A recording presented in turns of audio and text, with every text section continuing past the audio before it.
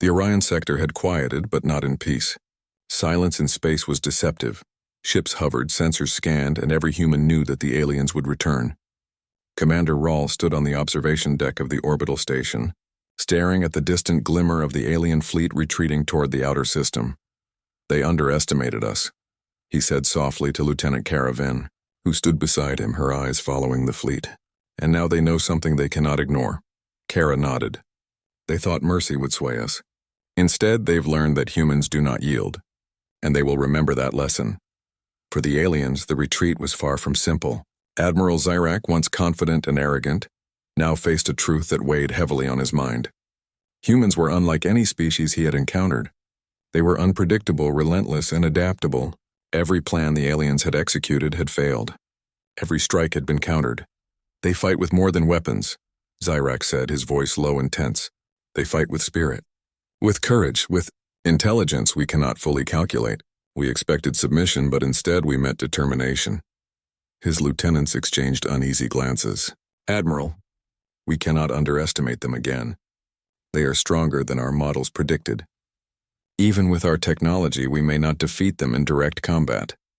Zyrak nodded slowly, acknowledging the truth he had long refused to admit. "Prepare our fleet for withdrawal, but mark this, we will respect them. Not because they are weaker or stronger, but because they have earned it." Meanwhile, the humans were not idle. Though victorious in the recent engagements, every station, every ship, and every colony remained alert. The humans understood that the aliens had learned from their mistakes and would return with even greater force. Engineers repaired damaged ships, pilots trained tirelessly, and strategists devised new tactics. Every human knew that victory was built on preparation, cooperation, and the unyielding human spirit. Captain Lyra Voss led her squadron on patrol near the outer asteroid fields, ensuring no alien stragglers remained to threaten the colonies. Her fighter glided silently through space, sensors scanning for anomalies. The earlier battles had been dangerous, yes, but they had also shown her something profound.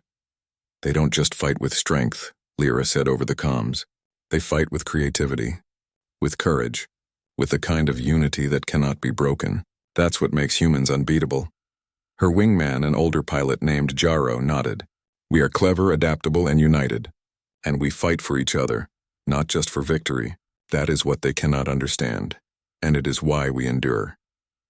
Across the colonies, engineers, civilians, and soldiers worked side by side. Mining colonies converted asteroids into defensive outposts. Orbital stations served as both weapon platforms and supply hubs. Even farming colonies contributed, using their automated harvesters to construct energy barriers and fortifications. Every person, every machine, every idea was part of a network that made the human presence in the Orion sector unbreakable. Back on the alien flagship, Zyrak studied human behavior. "They do not fight like any other species," he said. "They do not rely on fear or obedience or brute strength alone. They anticipate, adapt, and unite. They inspire one another. That is something we cannot imitate." His lieutenant hesitated. "Admiral, do you suggest respect?" "Yes," Zyrak replied slowly. "They have earned it. Let this be a lesson for all of us. Humans are not merely survivors. They are a force to be reckoned with. If we underestimate them again, we will regret it." On the human side, celebration was careful, measured, but heartfelt. Ships returned to hangars. Fighters were refueled and repaired. Engineers updated weapon systems, optimized shields, and recalibrated sensors. Victory was not about arrogance. It was about preparedness and pride in the human spirit. Commander Rawl addressed the assembled fleet via comms. "We have faced overwhelming odds and emerged stronger. The aliens believed in their superiority. They expected mercy, submission, and fear. Instead, we gave them something they could not predict: human ingenuity, courage, and unity. Remember this and let it guide us in the battles ahead." Kara stood beside him, watching the stars. "They may return," she said. "Stronger, smarter, more prepared." Rawl nodded. "Yes, but so will we. They will see that humans fight not because they must, but because they choose to fight. That choice is a power they cannot understand." Human engineers continued to fortify the system, creating hidden defenses in every conceivable location. Asteroids became mobile platforms, abandoned stations became traps, and satellites were upgraded into surveillance and strike nodes. The humans had transformed the Orion sector into a fortress not just of steel and energy, but of creativity, strategy, and resilience. Captain Lyra led her squadron in coordinated drills, practicing maneuvers that combined stealth, agility, and precision strikes. Every pilot knew the terrain, the enemy's tendencies, and the methods to exploit them. This was more than training. It was a preparation of mind and spirit. Humans were ready for anything. On a quiet orbital station, civilians and engineers worked side by side to build a new generation of human war machines. Small ships carried devastating energy cannons, while larger cruisers were equipped with adaptive shielding and multi-target weapons arrays. Every design was tested not just for strength but for flexibility and innovation. Humanity's ingenuity was limitless and their resolve was unshakable. The aliens, observing these preparations from afar, began to truly understand the scope of what they faced. "They fight not just with weapons," one lieutenant said, voice heavy with awe. "They fight with their minds, their hearts, and their will. We cannot predict them, control them, or easily defeat them." Cyrak nodded solemnly. "Let this be remembered. Humans are not to be feared because of their strength, but respected because of their spirit. That spirit is their greatest weapon, and it is unbreakable." Back in the Orion sector, Commander Rahl addressed the entire fleet one final time. "Today we have shown what it means to be human. We fight not because we are strong, but because we are united. Not because we fear, but because we choose courage. And not because we surrender, but because we will never yield. Let this lesson echo across the stars." Kara watched the alien fleet slowly disappear into the distance, knowing this was only the beginning. "They've learned their first lesson," she said quietly. "Mercy is not ours to give, and weakness is not ours to show. The galaxy now knows that humans fight differently, and they will remember it." Even as the aliens retreated, humanity did not relax. They strengthened their positions, prepared new strategies, and continued to innovate. Every colony, every ship, every person was part of a system that could respond to any threat. The aliens had underestimated humans once. They would not underestimate them again. In the quiet expanse of space, human ships moved silently, ready for the future. Pilots trained, engineers repaired, and strategists planned. But above all, humans maintained something no alien technology could replicate: spirit, courage, and the will to rise against impossible odds. Captain Lyra piloted her fighter through the outer asteroid belt, scanning for threats. Her wingman asked, "Do you think they'll come back?" "They will," Lyra replied, her voice steady. "But when they do, we will be ready. Not just with weapons, but with everything that makes us human. Ingenuity, courage, unity, spirit. That is our true power, and it is unstoppable." Back on the station, Rahl looked out at the stars, a quiet smile on his face. Humanity had faced a species far stronger, far more numerous, and far more advanced. And yet humans had not only survived, they had proven that spirit. Creativity and courage could overcome even the most impossible odds. As the Orion sector settled into a tense but calm night, the human colonies prepared for the future. Ships floated silently in orbit, fighters hovered, engines humming with quiet energy. Engineers worked tirelessly. Civilians contributed in every way they could, and every human knew that they had become part of something greater. And somewhere in the outer system, the alien fleet watched, humbled and wary. They had expected mercy. They had expected weakness. Instead, they had faced human ingenuity, courage, and the unbreakable spirit that no fleet, no weapon, and no technology could ever suppress. The humans had shown the galaxy a new truth, that when faced with overwhelming force, humanity does not bow, does not surrender, and does not despair. Humans rise, humans fight, and when humanity rises, even the stars themselves seem to shake in recognition of their strength. Commander Rahl placed a hand on the console, feeling the vibrations of ships preparing for the next challenge. "Let them come," he said quietly. "We will meet them, and we will show them once again what it means to face humans who refuse to yield." Kara stood beside him, watching the horizon of stars. "They've learned their first lesson," she said, "and the galaxy will never forget it." The aliens had retreated, but the war had left a permanent mark. Humans had proven their strength, not just in technology, but in spirit. Every human in the Orion sector knew one thing: they had faced impossible odds and emerged victorious. The universe had learned, and so had the humans themselves. Mercy was never expected. Weakness was never shown. Humanity had fought and humanity had triumphed. And the stars, silent witnesses to it all, seemed to shine a little brighter in acknowledgement. The morning sky above Earth was calm, clear, and ordinary. Birds chirped in city parks, children played in schoolyards, and millions of people went about their routines without knowing that the universe was about to change forever. No one noticed the tiny flicker in the atmosphere, a shimmer of light above the horizon, almost like a mirage. But somewhere in orbit, satellites began recording unusual signals, strong, organized, and unlike anything humanity had seen before. At the Global Space Observation Center in Geneva, Dr. Elena Cortez stared at the monitors, her eyes widening. This can't be right, she whispered. On one screen, a massive shape loomed beyond the clouds.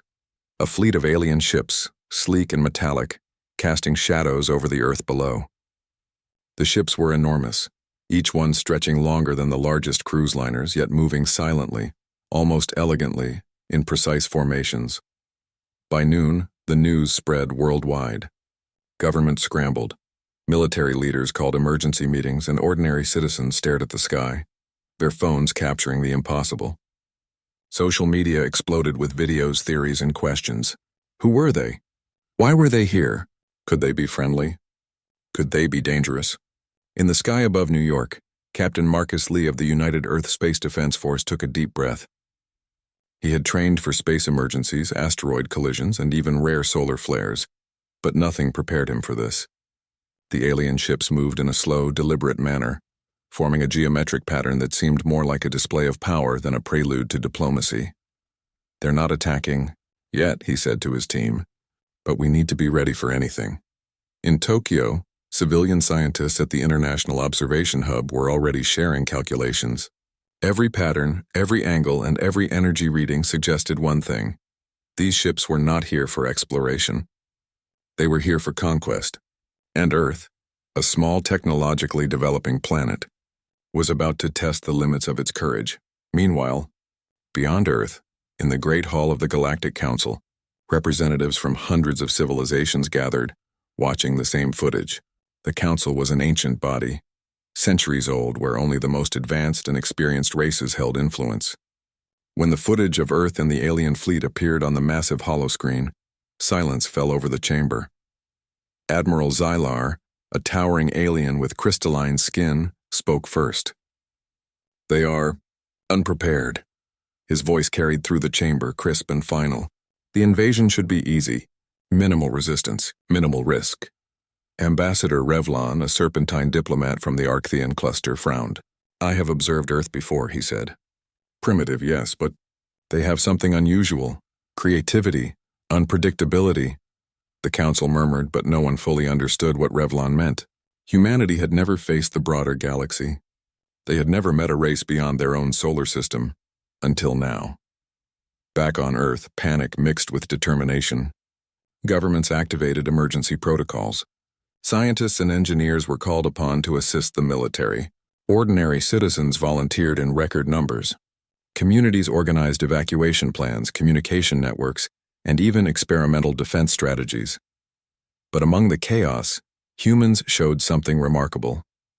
They did not just panic, they adapted. A small team of engineers in Nairobi repurposed existing satellites to track the alien ships. Teenagers in Sao Paulo rigged drones with cameras to explore the skies. In Mumbai, a retired physicist suggested a method to scramble the ship's sensors temporarily. Each day, each effort added to a growing pattern of resistance, small but significant. The alien scouts, curious about this strange blue planet, attempted to land on neutral grounds first. A fleet hovered above the Sahara Desert, expecting an empty reception. Instead, they found human scientists waiting with devices that disrupted their scanners. The aliens were confused. Their advanced technology had never been so easily frustrated. Commander Rin of the alien fleet reported back to the mothership, frustration clear in her tone. "Their technology is primitive, yet their strategies are unusual.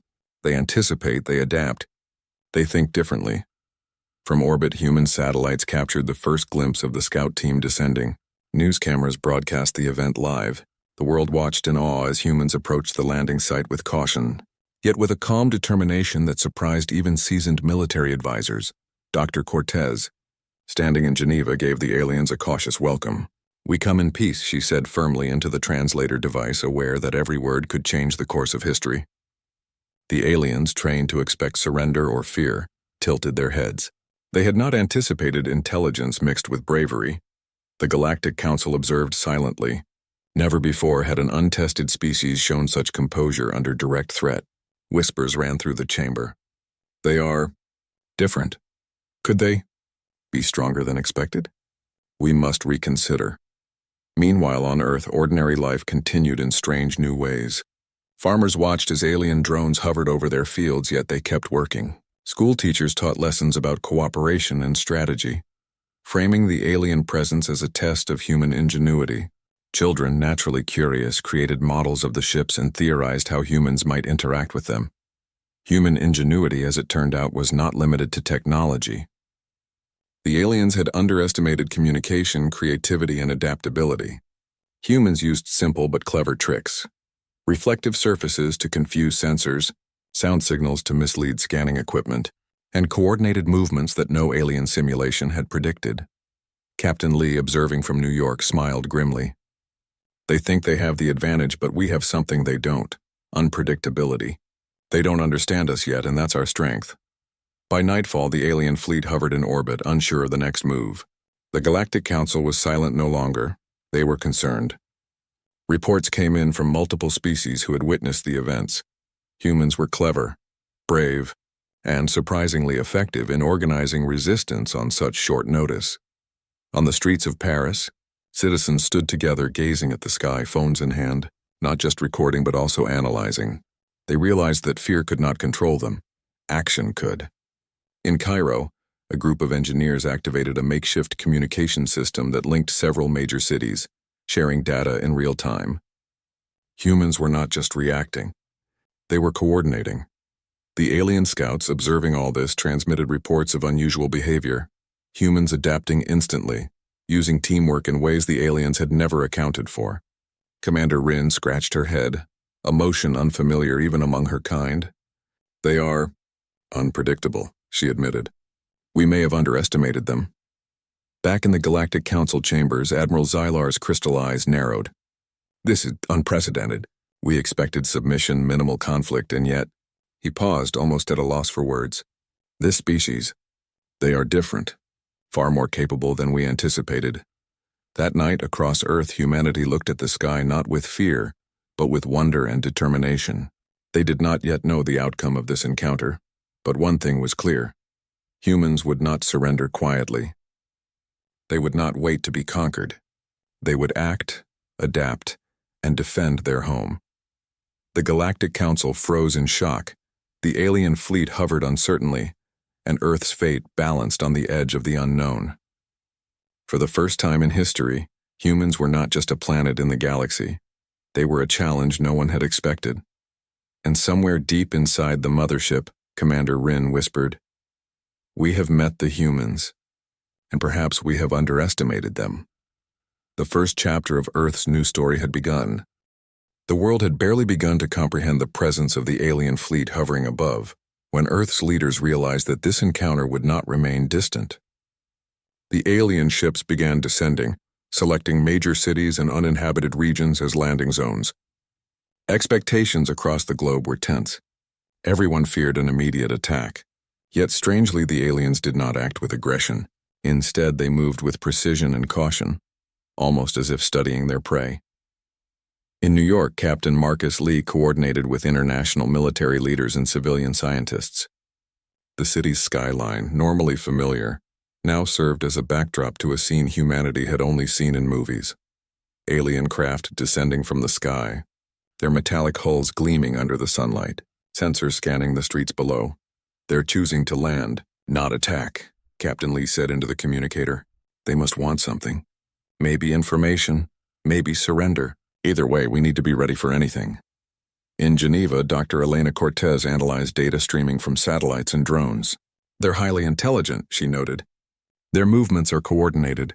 Their ship's energy signatures are unlike anything we've seen. And yet, they hesitate. That hesitation is our chance." Across the Sahara Desert, the first alien scouts touched down. They expected emptiness. What they found was a team of human scientists and engineers, standing calmly but alert. Dr. Cortez led the team, holding a small device designed to translate human speech into a format the aliens could understand. She raised her hand as a greeting, her expression composed. "Greetings," she said firmly. "We are willing to communicate." The aliens, sleek and multi-limbed, tilted their heads. They had anticipated fear, confusion, maybe even chaos, but not composure. Their training had prepared them for surrender or resistance, but not deliberate, intelligent interaction. Commander Rin observed from above, her antennae twitching with curiosity. "Their behavior? It is unusual," she reported to her ship's main console. "They are not panicking. They are not fleeing. They are thinking." Humans had anticipated the scouts' landing patterns. Using repurposed drones and satellite signals, they had created subtle interference zones, confusing the alien scanners just enough to force them to approach cautiously. The scouts, expecting a straightforward mission, found themselves navigating around these clever obstacles. On the streets of major cities, civilians watched through screens and cameras. For the first time, humanity acted as one observer, analyzing, predicting, and sometimes assisting the scientists and military in real time. Social media became a tool for collaboration, not just entertainment. Videos of the scouts' cautious steps, combined with human ingenuity, spread quickly, inspiring both awe and hope. In Tokyo, a team of engineers hacked together a mobile communication relay using everyday satellites and civilian technology. Their goal was simple: to amplify Dr. Cortez's signals and ensure the aliens received consistent, clear communication. Each human action was a demonstration of resourcefulness. Each adaptation was a message. Earthlings were not as easy to control as the Galactic Council had assumed. From orbit, Admiral Xylar of the Galactic Council watched the reports with growing unease. "They improvise," he muttered, his crystal fingers tapping nervously on the viewing console. "They use tools in ways no simulation predicted. Their minds are not predictable." Meanwhile, in London, citizens had transformed the city's landmarks into observation points and communication hubs. Students used drones to record alien movements while teachers explained to children what was happening. Even in the face of fear, humans found ways to adapt, to educate, and to contribute strategically. The first alien scout, a slender figure with multi-jointed limbs and luminous eyes, finally approached Dr. Cortez's team. It extended a limb as if to touch the device, but the humans had already prepared a subtle demonstration. A holographic projection displayed images of Earth's people, cities, and natural landscapes. The alien paused, observing the rich diversity and complexity of human life. "They value life differently," Commander Rin noted. "They are not just defending territory, they are protective, adaptive, and intelligent." As the scouts communicated back to their mothership, the Galactic Council began discussions. Ambassador Revlon's voice resonated in the chamber. "I warned you. There is a creativity in their survival strategies that no other species we've studied possesses. They think not only to survive but to adapt and learn simultaneously." The council members leaned forward, eyes widening. Never before had a species confronted them with such a combination of bravery and cleverness, especially when so new to interstellar awareness. They whispered among themselves, "Could humanity truly be more capable than its size suggested?" Back on Earth, humans began small acts of diplomacy, showing the aliens that their goal was not destruction. In Mumbai, scientists created symbolic gestures of peace, patterns in sand, lights flashing in Morse-like signals, and signs of mutual respect. These gestures were subtle but significant, demonstrating humanity's dual nature, capable of resistance, yet open to understanding. In Washington, D.C., military leaders and engineers collaborated to prepare for worst-case scenarios. Yet even in planning for conflict, they integrated lessons from human behavior, flexibility, adaptation, and the ability to improvise in the moment. Alien scouts attempted minor scans testing human reactions. Each time they encountered clever responses, mirrors reflecting scanning lasers, sound signals that disrupted audio sensors, and coordinated human movements that created confusion. The scouts became cautious, signaling back to the fleet. These humans were unlike any planet they had visited. Captain Lee watched the unfolding events from the New York observation tower. They expected fear and surrender, he said. They did not expect coordination, intelligence, or courage, and that is exactly why humanity survives. In Cairo, teams of scientists transmitted data in real time across continents. Engineers in Rio de Janeiro and Sydney adjusted devices to improve the quality of communication, learning from each experiment. Humans were not just responding. They were learning, analyzing, and teaching each other simultaneously. Even the children participated, often unknowingly. By building small models of alien ships and running simulations in classrooms, they provided ideas and insights that adults had not considered. Human creativity, unbound by strict rules or fear, became an unexpected weapon in this encounter. By evening, the first scouts returned to the mothership, their reports cautious but admiring. Commander Rin, who had led many conquests across the galaxy, could hardly hide her surprise. They are unpredictable, adaptive, and intelligent. This is not a planet that will submit quietly. Across the Galactic Council, conversations grew tense. Perhaps we misjudged them, Admiral Zyler admitted. Perhaps they deserve more attention than we first thought. The aliens had expected an easy encounter, a demonstration of power over an inferior species. Instead, they found themselves confronted with a species that combined bravery, ingenuity, and unpredictability. Every human action, whether small or large, reinforced a single undeniable fact. Earthlings were not to be underestimated. On Earth, as night fell, humans did not celebrate, they prepared. They analyzed data, shared insights, and strengthened their networks. For the first time, they truly realized that survival would require more than courage. It would require intelligence, collaboration, and innovation. Dr. Cortez, gazing at the night sky filled with alien ships, smiled faintly. They think they have the advantage, she said. But they don't understand us yet. They have not seen what humans can truly do. Commander Rin aboard the mothership mirrored the sentiment with a quiet murmur. They are remarkable. Perhaps more than we anticipated. And so, the first true contact was made, not through force but through observation, cleverness, and the quiet determination of a species that refused to be underestimated. The Galactic Council took note, the alien fleet paused, and Earth, united and vigilant, prepared for the challenges that lay ahead. The story of human resilience and ingenuity had begun, and no one, not even the most advanced civilizations, would soon forget it. The days following first contact were a whirlwind of preparation and cautious observation. Humans now understood one undeniable truth. The aliens were advanced, but they were not invincible. Every failure the scouts experienced, every device disrupted or strategy confused, fueled humanity's confidence. People around the globe realized that this was not a time for panic. It was a time for action. In New York, Captain Marcus Lee convened a multinational task force, combining military experts, engineers, and civilian scientists. We can't outgun them, he said plainly, but we can outthink them. Every corner, every obstacle, every creative trick counts. We will make them hesitate, and in hesitation lies our advantage. The first coordinated human countermeasures began almost immediately. Using existing technology, engineers converted commercial drones into rapid response observation units. Satellites originally designed for weather monitoring and communications were repurposed to detect alien energy signatures. Civilians joined the effort, linking their personal devices into a global communication network. In the deserts of North Africa, humans set traps not designed to destroy, but to confuse and mislead. Reflective surfaces, strategically placed decoys, and simple sound signals disrupted the aliens' advanced sensors.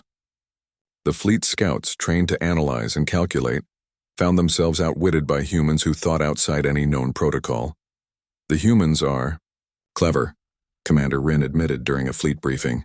They anticipate our moves and adapt faster than simulations predict. Their coordination is remarkable. Meanwhile, in cities worldwide, citizens contributed in small but meaningful ways. In London, high-rise apartments became observation posts. Families tracked alien movements with binoculars and cameras, sharing data through secure networks. Children, curious and fearless, suggested innovative solutions in classrooms that adults incorporated into defense planning. The alien scouts attempted several minor reconnaissance missions, expecting minimal resistance. Each time they encountered ingenious human strategies, holographic projections of false landscapes, sound waves that disrupted sensor frequencies, and rapid movement of groups creating illusions of larger forces.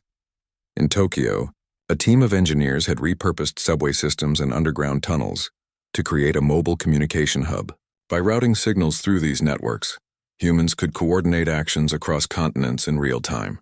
This improvisation astonished both their allies and the aliens.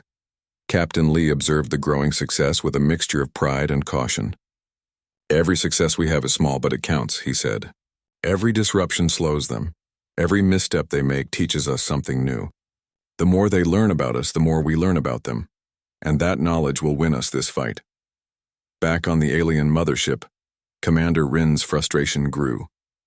"We expected resistance," she said, "but not this level of ingenuity. They think unpredictably. They act in ways that are illogical by our standards, and yet it works." The Galactic Council monitored these developments closely. Representatives whispered in their chambers, astonished. "No species has ever resisted in such a coordinated, adaptive manner," one said. "Their creativity, it is unlike anything we have catalogued. Perhaps they deserve recognition sooner than we anticipated."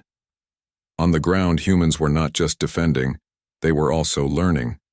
Every minor victory, every successful deception was analyzed, shared, and improved upon. Citizens and scientists collaborated in ways that transcended borders and languages.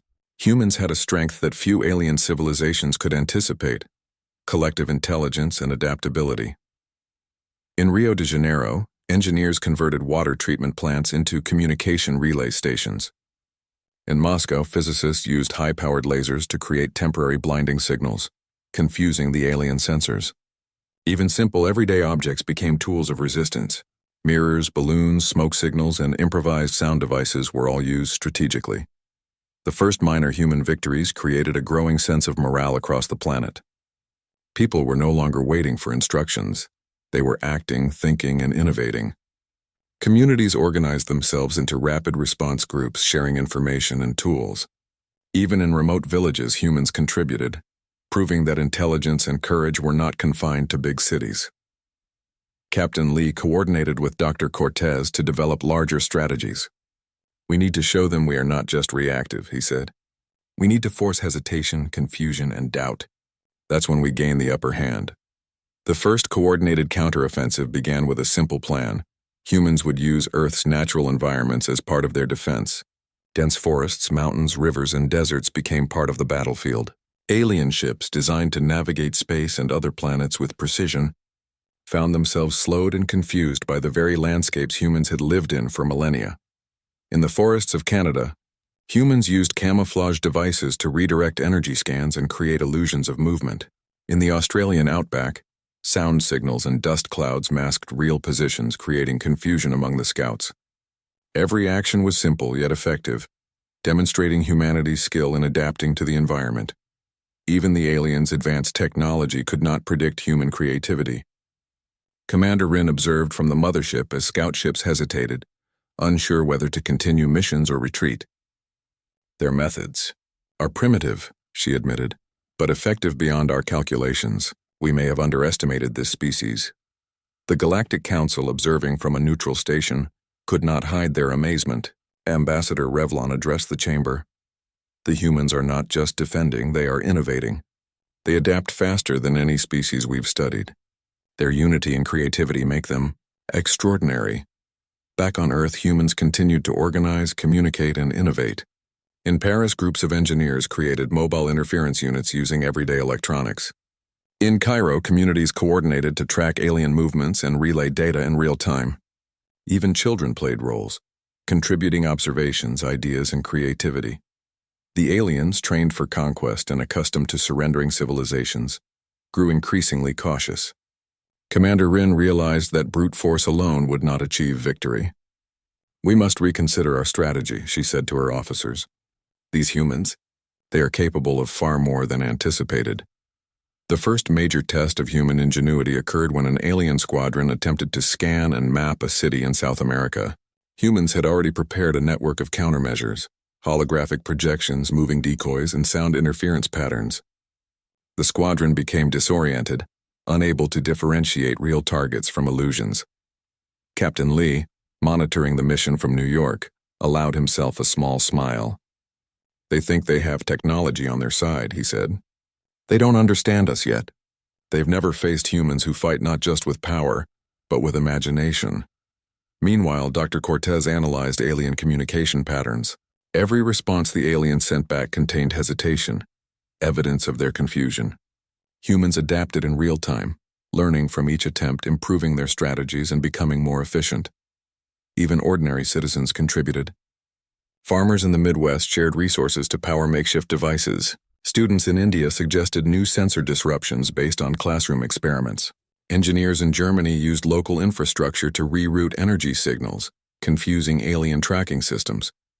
Humanity was becoming a single adaptive organism, coordinated in thought and action.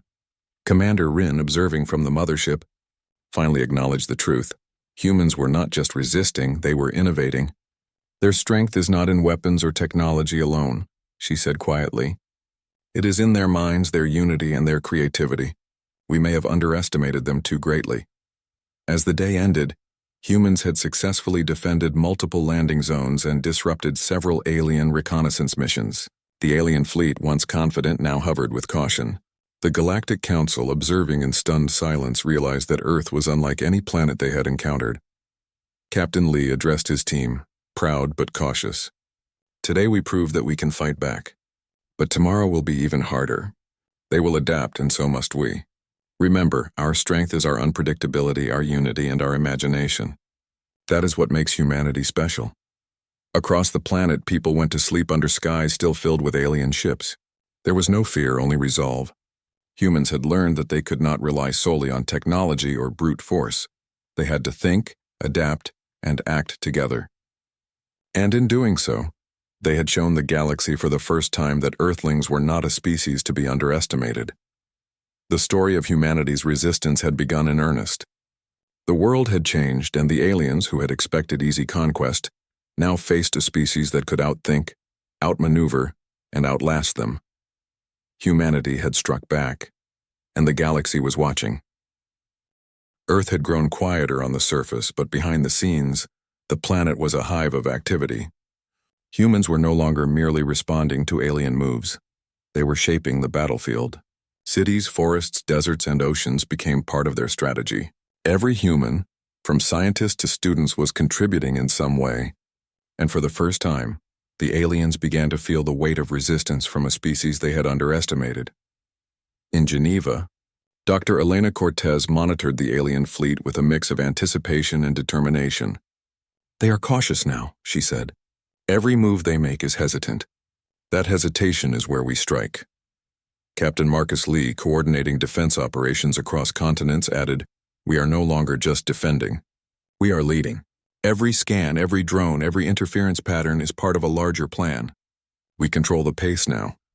In the dense forests of Canada, humans set up a complex network of observation posts. Small camouflage drones moved silently through the trees, transmitting live data back to global command centers. Using the natural environment as a shield, humans could anticipate alien movements, then disrupt them with improvised electromagnetic pulses and reflective signals. The aliens, expecting easy reconnaissance, found themselves repeatedly misled. "Analysis shows they are adapting," Commander Rin reported to the fleet. "But it is slower than we anticipated. Their unpredictability continues to challenge our calculations." In South America, a team of engineers created an ingenious communication network using river currents and hydroelectric power plants.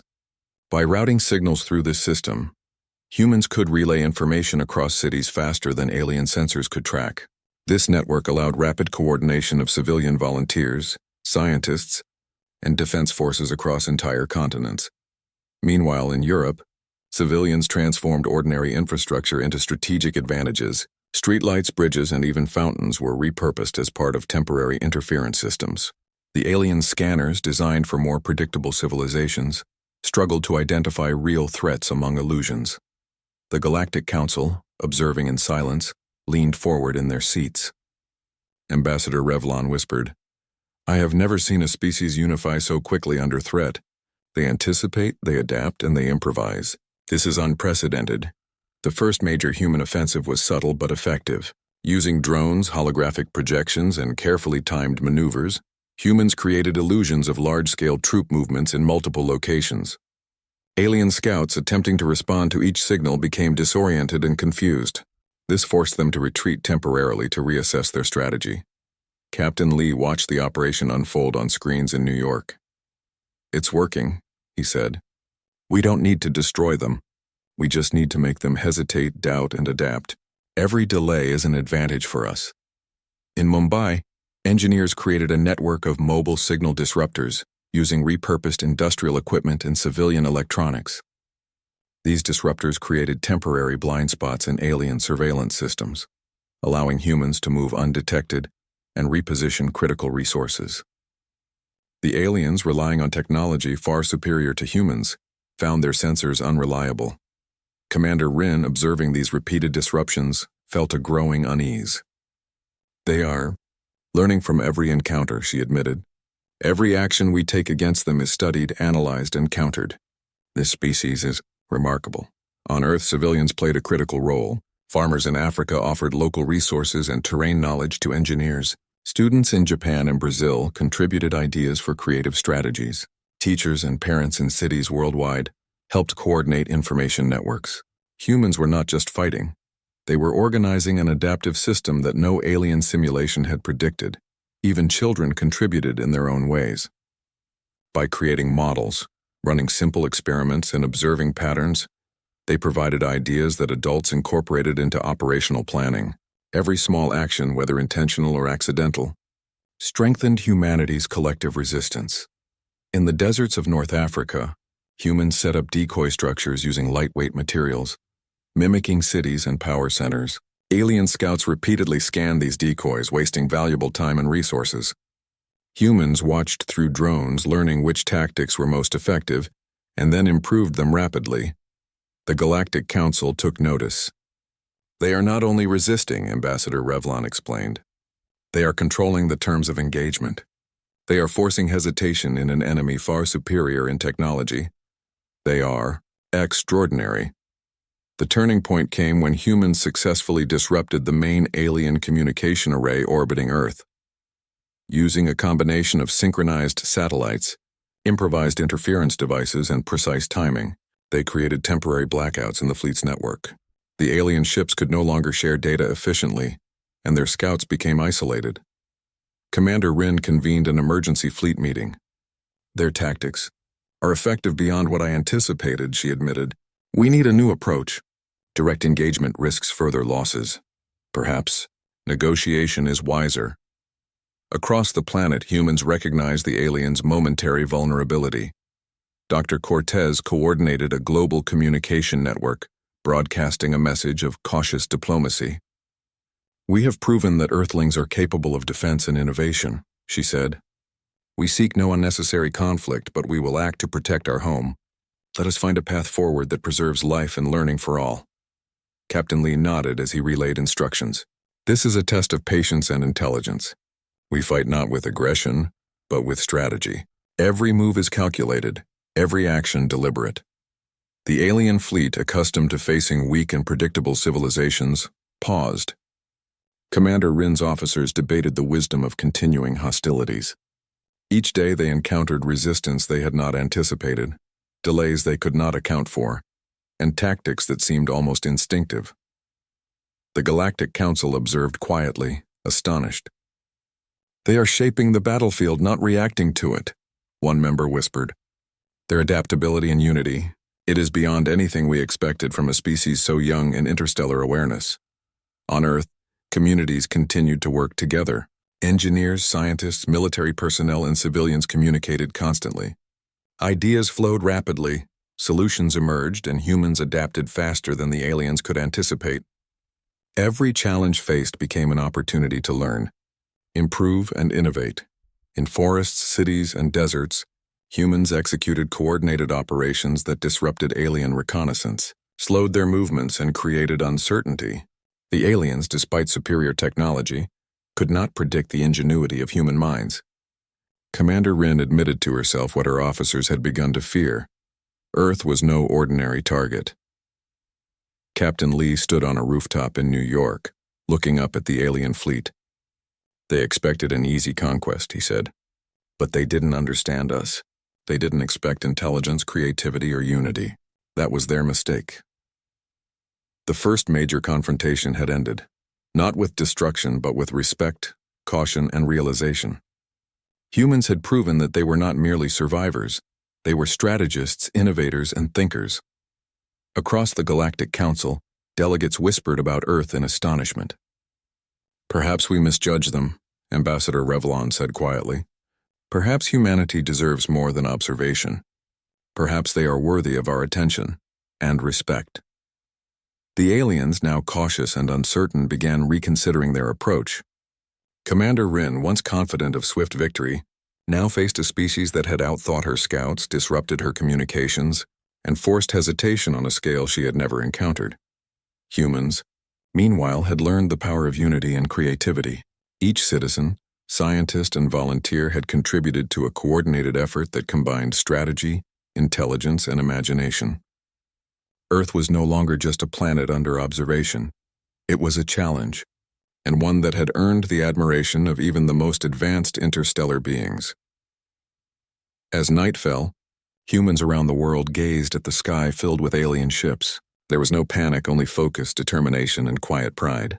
They had turned the tide of the encounter, proving that intelligence, creativity, and collaboration were as powerful as any weapon. Dr. Cortez looked at the monitors, her mind already racing with new strategies. "They will adapt," she said. "We must be ready. But we have already changed the game. Earthlings are not to be underestimated."